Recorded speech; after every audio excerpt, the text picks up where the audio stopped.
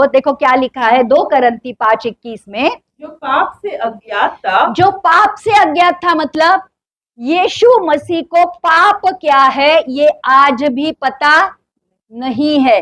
पाप हमें पता है कि झूठ कैसे बोलते हैं, चोरी कैसे करते हैं, व्यभिचार क्या है, हमें पता है क्योंकि हमने पाप किया है। लेकिन यीशु मसीह को पाप पता नहीं है। जो पाप से अज्ञात था उसी को उसने हमारे लिए पाप ठहराया। लेकिन पिता ने क्या किया? जो पाप से अज्ञात था उस परमेश्वर यीशु मसीह को पिता ने पाप ठहराया, पापी नहीं। देखो पापी किसको कहते हैं? जो पाप करता है। पाप किसको कहते हैं? जो एक्ट है, जो एक्शन है। तो परमेश्वर ने क्या किया? यीशु को पाप ठहराया। जो मानव जाति ने किया वो उसको ठहराया। और फिर इसलिए लिखा है पापियों का वेतन मरण नहीं है। किसका वेतन मरण है?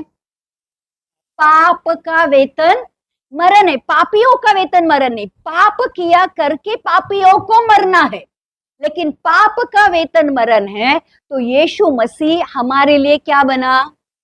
पाप बना, और उस पाप का भुगतान अपने लहू के द्वारा करके उसने सारे मानव जाति के सारे पापों को धो दिया, ताकि जो कोई भी उसके ऊपर विश्वास करे वो सिर्फ विश्वास से, वो इंसान सिर्फ विश्वास से धर्मी ठहरे। किससे धर्मी ठहरे?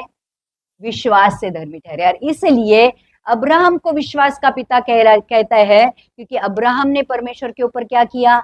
विश्वास किया। प्रियो, आज भी जब हम यीशु के ऊपर विश्वास करते हैं तो लिखा है वो हमारे लिए पाप ठहराया गया कि हम उसमें होकर परमेश्वर की धार्मिकता बन जाए। उसमें होकर मतलब जब हम यीशु को स्वीकार करते हैं वो हम में और वो हम उसमें बने रहते हैं। बराबर बराबर।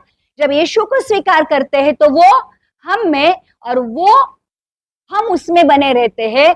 तो जब हम यीशु में बने रहते हैं ना प्रियो, तो क्या होता है? हम यीशु के जैसे धर्मी ठहरते हैं विश्वास के द्वारा।